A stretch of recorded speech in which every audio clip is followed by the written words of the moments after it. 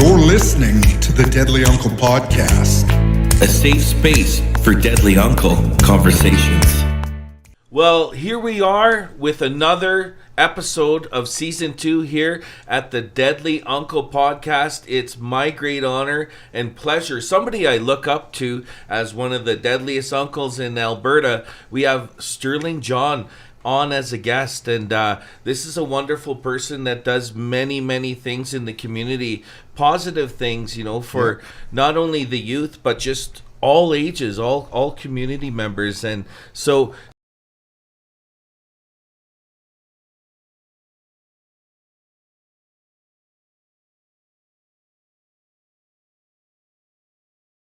we're in Alberta now for the last 17 years. It's crazy. Time flies, eh? I just can't believe it's been 17 years since Ontario. But Alberta's a great place. I love it here. So why don't you tell us a little bit about what you do for a living, not only as, I don't want to spill the beans here, but you're an RCMP officer, but the other things you do as well in the community. Yeah, so I was transferred to a place called Lethbridge, a great spot, and worked a lot with the blood tribe side of things. So that was my first post. I went up to Little Red River Cree Nation and then down by Edmonton. So been a police officer now for 17 years on February 19th. So wow, it's unbelievable. Wow. I looked like I was in grade 7 when I joined. And the funny thing is, my picture is still the same on my ID card, but it's been a great career, and I look forward to the retirement end of things because it's also been a very long career too. I wear a ton of hats. Policing's one of those. It's been a great job to really work with communities, but my passion is music, and it's been a really awesome. To look back on Facebook and see where the journey started really professionally with music to where it is now. And every day it's growing for me. Like, I'm always trying to reassess what is my future in music. Where exactly am I meant to be? It's amazing. That is so amazing that you do all those things, and like, when did music become a part of your life? Well, ever since I was a kid, I've always been, my family was a musical family. We performed in festivals in Ontario, and we were really into the gospel music scene. Now, it's funny, when I was 14, 15 years old, I really wanted to grow with music. I wanted to go on Canadian Idol back in the day, and when I was young enough to do that. And but the thing was, and I've said it before, I was too afraid to go on Canadian Idol because I was too afraid what people would think of me, maybe lacking confidence at the time of my life. And now I look back and I'm like, that was a time where I lacked certain life experiences that I have now. And the thing is, I have 2 kids, and my kids are both musical. My daughter especially, she's recording now music, and I see the struggles that our youth have to go through, whether it's peer pressure and what their peers think of them.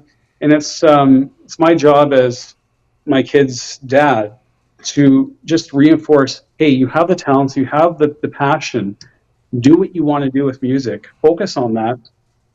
But don't care about what the people that are jealous of you are saying, because all of kids deal with that. And that was what I was afraid of when I was younger. And I never pursued music until later in my life. When I was up north in Little Red River Cree Nation, I would fly into Fox Lake, and I would take my guitar with me and, just start playing out in Fox Lake. And it was kind of the medicine for me necessary to get through the next couple of years of my life, because I went through a really tough time between 2013 and 2016. Not only with professional traumas that I dealt with on the job, dealing with our communities, but with my own personal life as a father, as a married man, and going through divorce, navigation of divorce, combining that with, dealing with traumas from work. it was a lot to deal with. And I found myself really going back to music, to writing to my experiences about failed relationships, about traumas that really helped me work through my issues. And it was a really important time for me in my life to rely on music to get through that time. And I had a memory pop up on my Facebook feed from MCC Studios in Calgary, my very first recording with Johnny Gasparic. And it's amazing to see the amount of songs that have been written and released since that day. I think we're up to 23 songs now that we put out to streaming. But it was a journey for me in my life to really get back into songwriting, to learn from people in the music industry they brought me so far, and I had to let certain people go because they weren't serving me well. And that's something I've learned about the music industry is you have to learn from people, but if some people aren't meant to be there for you long term in your music career, you have to step out and go alone for a while. And it sucks to be in that position, but we have to do that as musicians if we want to really grow long term, because sometimes people can only take us so far, and it's more of a detriment to your music career long term if you still hang out or work with some of those people. So that's what I had to do. And I met really important key players along the way with joining a band called Hometown Stereo, and then still working with Dave Peterson and just finding the right band players through the years to be in my music band, not only musically, but to align with who I am as a person and what I want to represent. So some of it is luck, right? And I was at church this morning, and I'm going through a time in my life where I'm still growing, right? I'm still trying to find new answers for my life, right? I don't think that I'm there, or I'm famous, or I'm important, or anything like that. That's not what it's about. I think that we need to stay true to who we are, because the music industry is it can be a short life too, right? And for me, music, I've recorded the music about like Cut When Loose Time Went On, Record Time, all that stuff, but truly that's not where my heart was, right? And those songs actually connect more with some other people than they may with some of the spiritual music that I'm putting out. But for me as a person, I always want to stay true to who I am as an artist. And if it only takes me so far, then that's okay, because that's my journey. And that's where I am with music. I'm just trying to really figure out what is the long-term plan for my music career. And I think that's what we have to do as artists, to always be reassessing where's the music, where's the market at, what are we called to do. So yeah, it's an interesting journey, and I was planning to retire from the Mounties in 3 years. I'm not going to. I'm going to wait till I have 25 years service, so I have another 7.5 years to go. But I don't plan on being in longer than that. But yeah, it's an interesting journey, juggling frontline policing with the helicopter call-outs, and dealing with some of the people on the job too. Like just last week, you're driving back to the office and you come across a stolen vehicle. It turns into a pursuit, and you're blowing the tires out of the stolen vehicle, and it turns into numerous charges for serious offenders, right? So, and then you go home and write a song. Write a song about the event, or just write a song? Brent, I think that song is called "I'm Not Slowing Down." Oh, there you go. There you go. What I wanted to say about everything that you just said, you were talking about the lessons you've learned through music, but everything you said there can be applied to life in general. Even coming down to like selecting the players. Like, we all have to select the people in our lives that help us get to the place where we want to be. We can't always be around the same people, because like when I quit drinking 5 years ago, I couldn't still hang around with the same people all the time, and it was hard. You have to leave people behind because now your values no longer align. And one piece of advice that I got from my dad, I played in a band with my dad for over 20 years, and I can apply this. He gave me this advice about music, but I apply it to everything in my life. He said, you don't change the band, you change bands. So if you go into a situation and you don't feel like it fits, it's not your job to change what they're doing. It's your job to find the place where you're supposed to be, right? Like, because they were doing fine before you got in there. Like, I've joined bands before, and there's been, people have their own internal conflicts or whatever, and it's not your job to get involved in those things because it's not your place. You need to find where your place is. That's what I took out of the advice anyways. And I kind of apply that to everything that I do in life. Yeah, no, I definitely fully 100% agree that it's always important to evolve as an artist. It's always important to evolve as a songwriter, and really record the things that are happening around us as artists. And it's always a learning journey. These different communities that we're allowed to go to. I'm lucky enough to travel quite a bit myself to communities, and I go there and I learn more than I'm supposed to teach, more than I'm supposed to share with music. And that's something that I find that's so rewarding about music, is the lessons that you learn along the way from the people you don't expect to learn them from. No, it's so true. Yeah. Now, Sterling, being an RCMP officer, I mean, without question, is probably a very stressful job to do. I mean, you're entering people, you're encountering, not all the time, but a lot of times you're encountering people at maybe some of the toughest times in their lives. Are there any tools that you use to deal with that stress on a daily? Because it is a hard job, and I mean, big up to you for being able to do it, because people need help, and you're one of the people that responds when they need help. But what do you do to help yourself when that happens?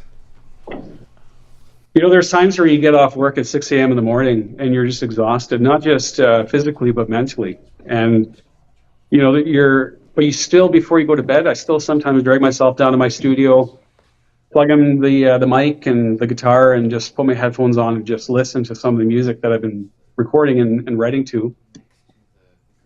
And I find it healing for myself, even to play 5 minutes before I go to bed. It really helps get your mind out of the workplace. And something I find is it is a heavy career. And I think that especially over the last 5 years, policing has been an extremely tough career, because there's been a lot of misinformation that's put out there. And I think now we're coming to a point in time where the pendulum's starting to swing. Because, and I'll just say it, I'm a full disclosure kind of guy. Being a police officer in the music scene is not a popular thing. It's not. Yeah. Because quite honestly, I wear the history of Canada, right? And I acknowledge that. I get that. As a Native person, I get that. But there has to come a point in time where we have to acknowledge where we're at, and we have to allow growth to happen on both ends of the spectrum, right? Because there is a lot of good police officers out there that want to make positive change in our communities, and we have to allow that. I hear it all the time, the negative, on the job. And in fact, I hear it a lot. Your music sucks, Sterling. but you have to. How dare you they? have to. You have to take the moment and see what is going on. Well, you had to arrest somebody, and they're mad at you, right? Yeah. I don't hold those things against people, because I have also had it where people have come back and said, I really apologize for saying that to you, because I was just at a bad place in my life, right? And I get that we all have a different journey, right? You talked about 5 years ago, you have to make changes as to who you hang out with, right? People are growing, people are healing, and there's times as well where, I've seen people that are broken when they've lost absolutely everything, and you're like, okay, this isn't a plug to show you a song, but you go to sudden deaths, you go to people who have lost absolutely everything through divorce or gambling or addictions or what have you, a lost loved one, and you hear some of the words that they say, and it's like, I've lost the only reason I rise in the morning, right? And then I'm like, oh my goodness, Dave Peterson wrote to that in Try Again. And I've absolutely showed them some of these songs that are applicable to their current situation, and to see them break down is a start of perhaps their healing journey, right? And that's happened so many times, or you get called to after a sudden death to go play at someone's house at their wake in Enoch, and they just want you to perform some of those songs for healing for their family. I absolutely do that, and it's an honor to do that, right? So I think that what you say, Kurt, is you go and you teach, but you learn as well, and sometimes you learn more than you come to teach. It's the same thing about the community. I come and I'll do these things within the community, but they teach me so much too. And that's the cool thing about my position as a police officer is, number one, you never go in thinking that you're better than anybody else, right? You have to be humble. We have to be humble who we are. We're here to help. We're here to help each other get through the day. We're here to serve communities, and sometimes, yes, it involves having to arrest somebody when they've committed an offense or when they can't protect or help themselves. But I'll tell you, it's such an interesting place to be as an Indigenous police officer, but also to share music in these communities. So we could talk for days about this stuff, but yeah. It's we need a full day for you for sure. And like that kind of brings me to my next question for you. What's been one of the most, I guess, positive encounters that you've had, being an RCMP? What is something that sticks out to you that's inspired you or that's inspiring about doing the job you do? Well, I'm going to tell you something. I'm not ashamed of it. I was diagnosed with post-traumatic stress back in 2016. And one of my biggest issues is my memory. My memory is terrible. And music actually helps me re-trigger certain things. But, sometimes we'll be chatting around the office with the guys over coffee, and they were like, hey, remember, Sterling, that time that you went to that gun call and the guy pulled a gun on you and all that sort of thing? And I'm like, I don't remember that. Right? Wow. And they were like, that's crazy because that's a pretty substantial thing that's happened in your life, and you start to think about all the different calls you've been on over 17 years, and you're like, yeah, that's pretty crazy, going back to your question, Kurt, is memorable times. There's always memorable times in this job. I can go back just a couple of days ago, my last night shift. I was driving along Highway 16, and there was an individual who had stopped on the side of the road, and I went up, stopped, and checked. Right, whether it's you stop and check on vehicles because sometimes you're out there helping them change their tire. That's what we do, right? Because sometimes that is what you need to do to see the good you've done at the end of your shift, because other times it's hard to see that, right? But you run across people who have just found out that they've lost a loved one, and they're just in utter tears on the side of the road, just trying to regroup and figure out what the next steps are. And it's as simple as that, taking the time to go up to that driver's side door and just spend that time with them and talk to them and reassure them and give them whatever you can do, whatever messages of hope you can do to get them through that day. And these things happen all the time, right? So it's a career where you just never know. For some reason, for me, it's always burning houses that I end up coming across or going into. And it's weird because I'm not a firefighter, I'm a police officer, right? Yeah. But it was like Calgary, the Calgary Awards, September of 2022. I was supposed to sing at the Metropolitan that night, and I was working night shift. It was near 2 a.m. in the morning. I'm driving back into Spruce Grove, and I get to Pioneer Road, and I smell smoke.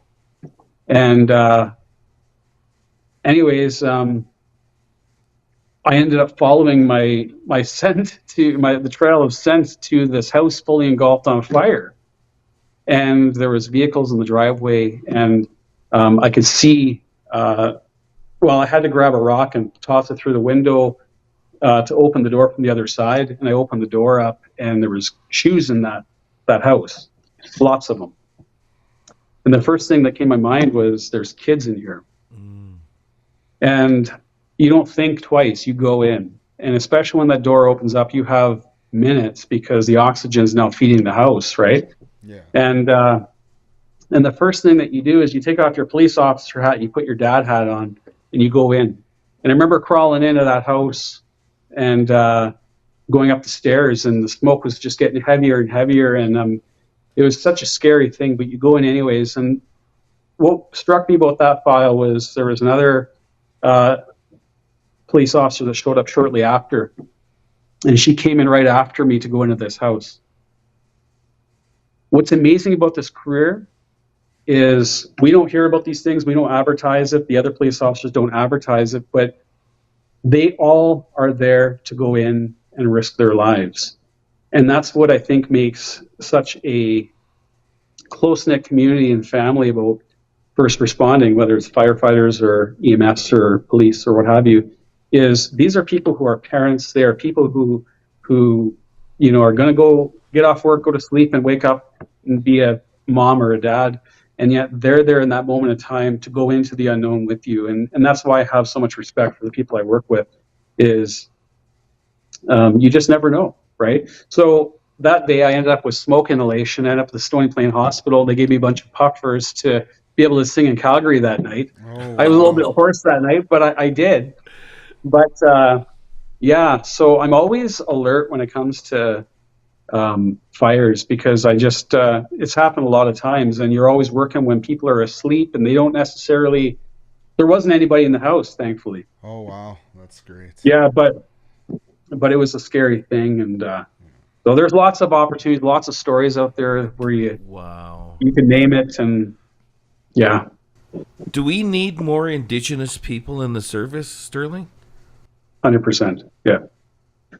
There's so many opportunities now too, and I'm always promoting this. And I have many friends who are up quite high in the RCMP, and we're at a point in time in our life where it's never been a better time to get in, and those opportunities are available.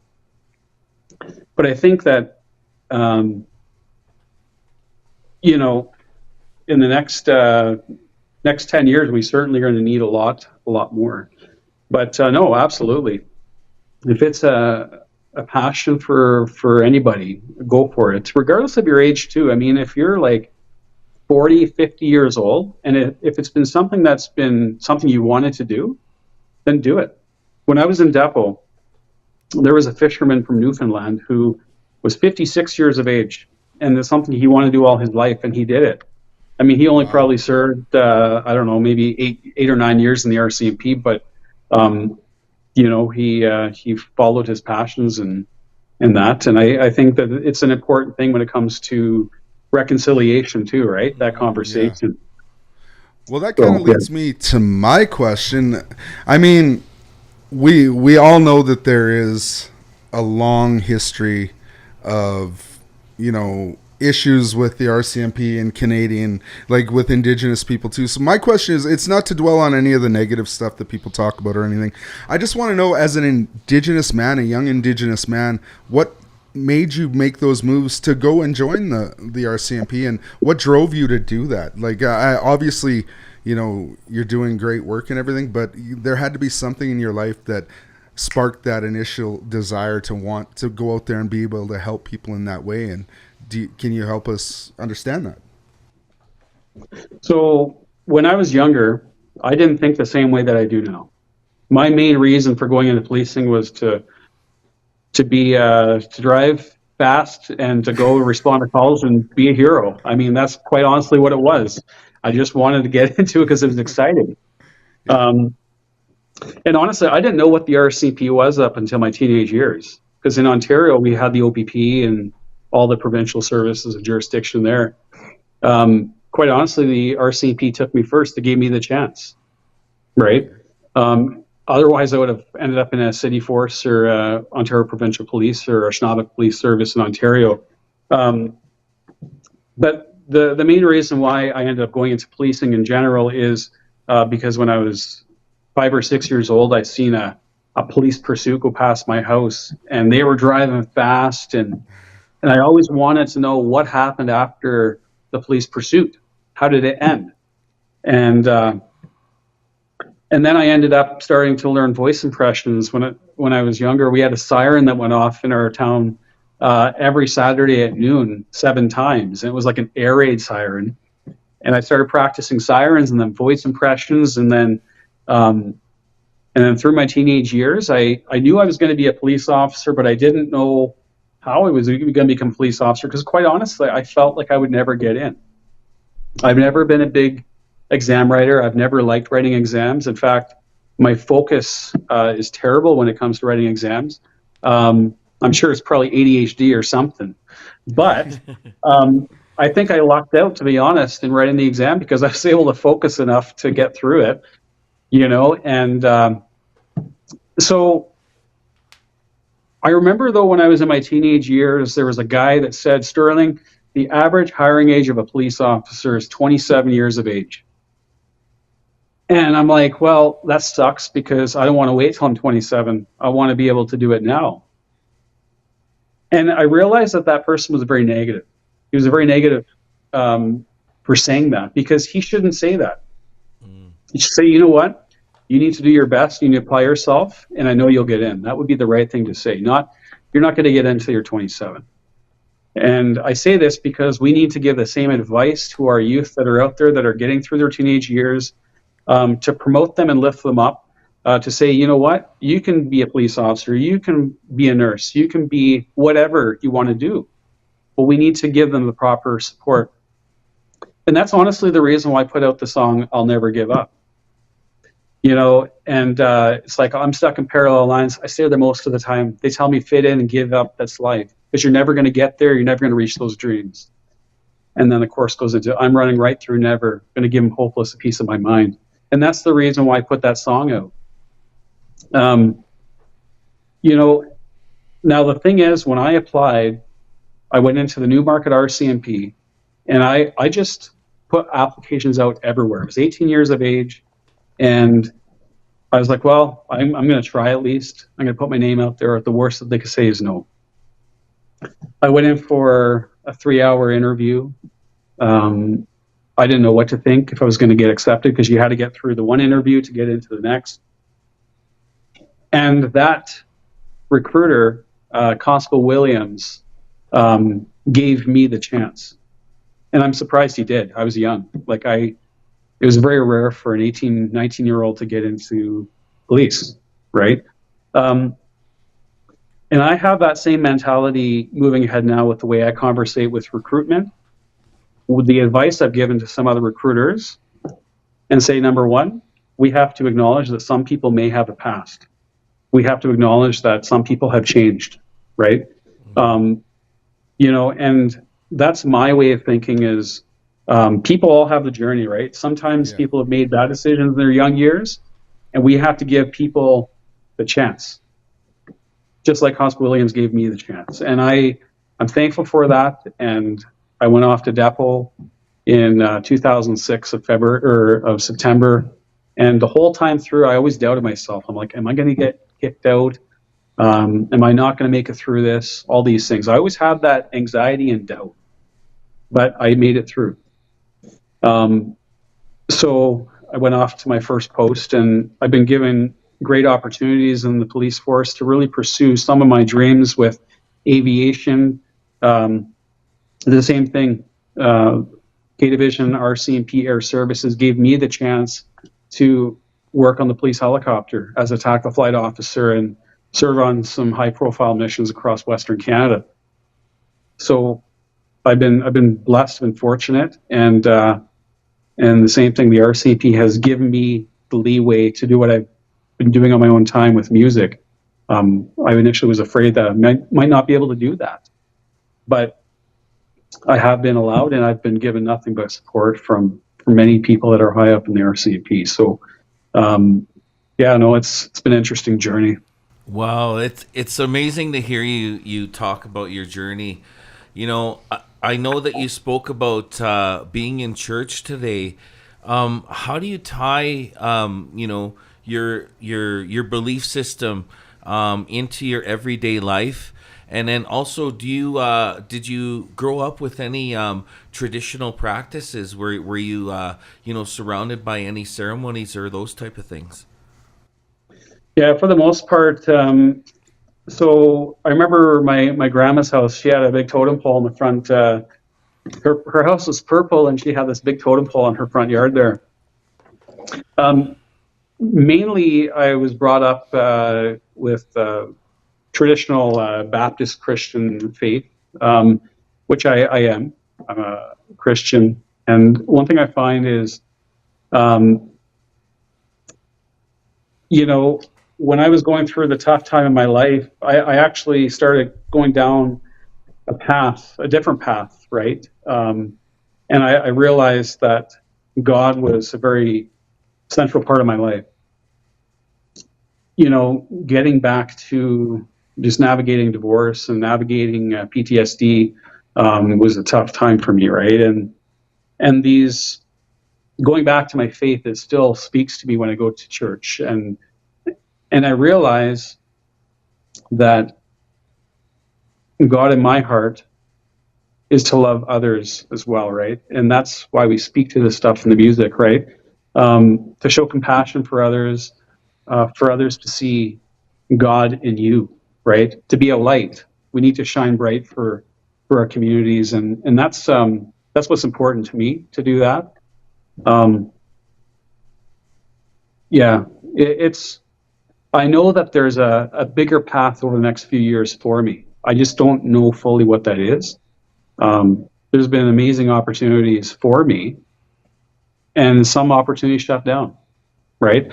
I look back, Trent, like CFWE and CJWE have been huge supporters for me right from the beginning, actually. They've been the one station in Alberta that has actually supported me, right? That's awesome. And I put my music out to other stations locally that have never supported me, right, whatsoever. And I don't. It is what it is. We all know how the music industry can be. Yep. Right. And I'm a firm believer in being very straightforward and honest. I've hired trackers before, which have done absolutely nothing for me as an independent artist, right? Which trackers need to do better. Some trackers that are connected into the mainstream radio, they need to do better. And so does some other radio stations. They need to do better in supporting the independent artists, because they don't, quite honestly. It's true. So there's not a lot of radio stations that do support independent artists, and I'm glad to say that I work for Windspeaker Media, and we do that. Like, I just started a program, a weekly thing down here at CJWE called the Southern Alberta Songwriter Showcase. So I'm opening up space to allow people that maybe aren't even recording to come in and share a song and share with the public who they are. So I think you're right. Radio does need to do better, because too many radio stations, especially in mainstream, let's say country music, they have a formula of how many men they play, how many women they play, how many, everything's formulatic. Whatever the word is, I don't want to sound like I'm, but you know what I mean? Like, it's just like, it's all there, and they don't stray from that, and they don't provide opportunities for people that are out here doing it on their own and doing good work on their own. And I think that's a really good point that you made there.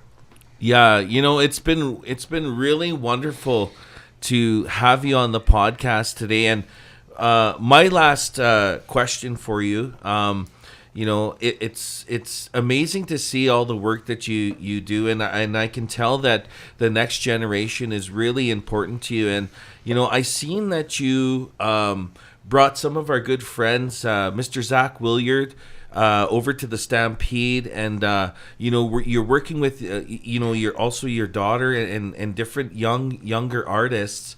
Can you tell us about that and what you were doing there?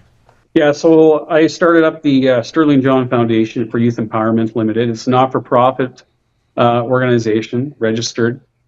And what I wanted to do with that is provide the opportunities to a focus with Indigenous youth in areas that don't necessarily have those opportunities available. So I worked up north, I worked in the isolated locations, And putting all that together, proximity to the cities, but also opportunity with some of our youth that don't know where to start, right? I remember starting into music and being like, okay, what do I need to get for equipment? What do I need to go to record a song? And there's so much learning, and it can be overwhelming for a lot of people to know where to start, right? So over the years, I've taught myself video production, some levels of audio production, but for the professionally recorded songs, we utilize like MCC Studios or Velveteen or some other studios. But we created an opportunity, partnered up with the Calgary Stampede last year to bring 2 youth down to the stage. So Zach Willier and Bryce Delorme from Sucker Creek, and also Buffalo Métis Salvant. And we put them on stage, backed by my music band, and they performed for, I believe it was an hour. And then we also put them up in hotels, and for them and a family member, and recorded them each their first song at MCC Studios. So that was a big undertaking this past year. I plan to have an announcement here in the next month or so about our next project for Stampede, for the Youth Foundation, but I am looking for to sponsor a youth and a guardian to come to the Country Music Alberta gala and weekend here in Edmonton on March 9th and 10th. It's a good opportunity for them to just at least mingle with people in the industry, the radio, maybe go to some seminars if they want that, but also attend the gala with the Sterling John Band at our table. So that's what we're going to be doing next month. And we just want to create opportunities and use it as an opportunity to lift other people up. With my daughter, I am working with her. I'm working with her outside of the foundation because the foundation is solely for other youth. I can certainly provide everything I can to my daughter, but I want to make sure that there's transparency there, that, hey, there's no favor happening here. The foundation is for other youth, not for my own family. So, yeah. Well, I just want to say that I know I'm 49, but I identify as a youth, so does that count? So do I. I got some gray hairs coming in here, so. I was gonna say, it looks like looking at you on camera, you could probably do acting, modeling. There's many things you could do, my friend. Holy smokes! Well, you know what? I'm anxiously awaiting the 6th of February because that's when the Juno nominations come out, and my fingers are crossed. I submitted this past year, and it was a ton of work, so we'll see. It is daunting, to submit to Junos. There's so much work. Oh, it's a lot of work. Yeah. It was like a week of work, and it was a ton. It's like, yeah. Yeah. Well, good luck, my friend, for sure. Yeah. You've been doing, you've been hard at this for X number of years now. I've watched you as you started because I was, not only listening to CFWE, but I work there as well. So, you're always putting out good product, and like we said, you're helping the community. So you're definitely, Sterling, you're definitely a deadly uncle. Yes, yes, you are a deadly uncle. Thank you so much for being on season 2 here, Sterling. It's ever since I met you, that you're somebody that I've looked up to for all that you do, even beyond the career stuff and everything else. You're a wonderful person. Every time I see you with great energy. So thank you for being an awesome uncle. Thanks a lot, guys. And yeah, I appreciate you bringing me on today and for what you guys do as well. So keep up the good work, and I know we'll be seeing each other soon. Right. Keep rocking. Awesome. Thank you so much, Sterling. You're listening to the Deadly Uncle Podcast, A safe space for Deadly Uncle conversations.